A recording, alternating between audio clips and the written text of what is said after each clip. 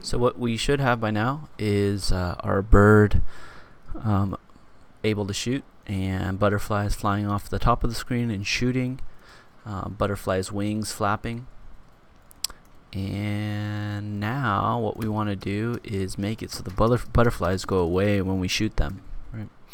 And so the way we're going to do that is we need to check if the butterfly touches the bullet 1.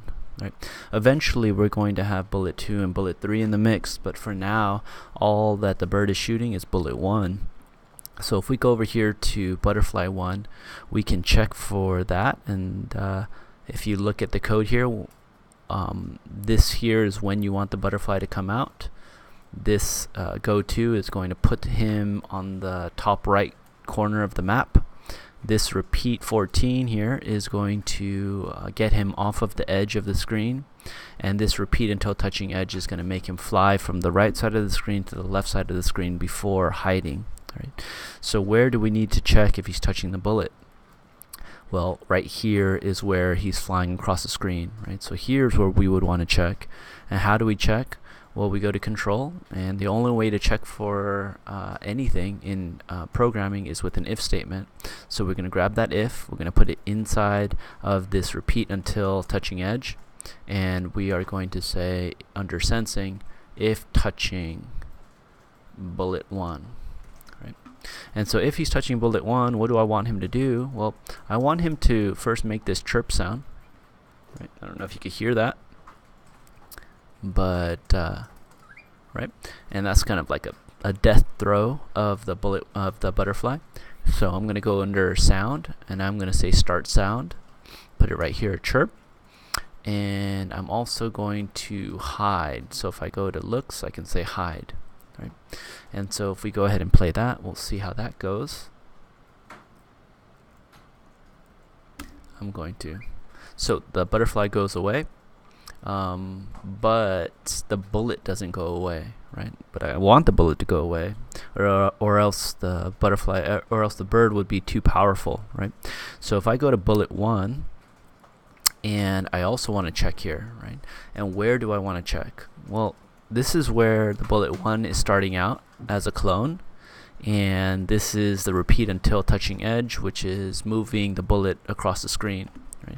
So this is where I would want to check for the bullet. So we go back to control, we say if, and under sensing we can say if touching butterfly 1. Then what are we going to do? We are going to delete this clone. So we go to control, delete this clone. And one thing you want to remember is with the bullets, we are using clones to create multiple bullets. But with the butterflies, we have different sprites as our different butterfly enemies. Right? So with butterflies, when we want them to go away, we are going to use the hide block. With the bullets, when we want them to go away, we're going to use the delete this clone block. And let's go ahead and see if that works now. Of course, we're waiting for the bullet to go away, and it's not, right? So let me see if I could try that one more time.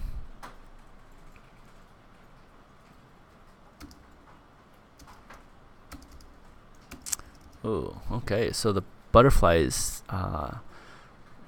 is invincible, right?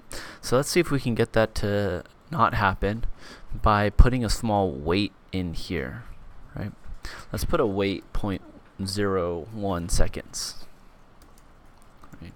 So what is that going to do? That's going to give the butterfly 1 time to detect whether he is touching the bullet, and then chirp and hide, right?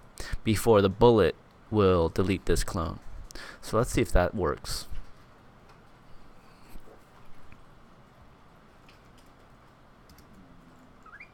Okay, there we go, right?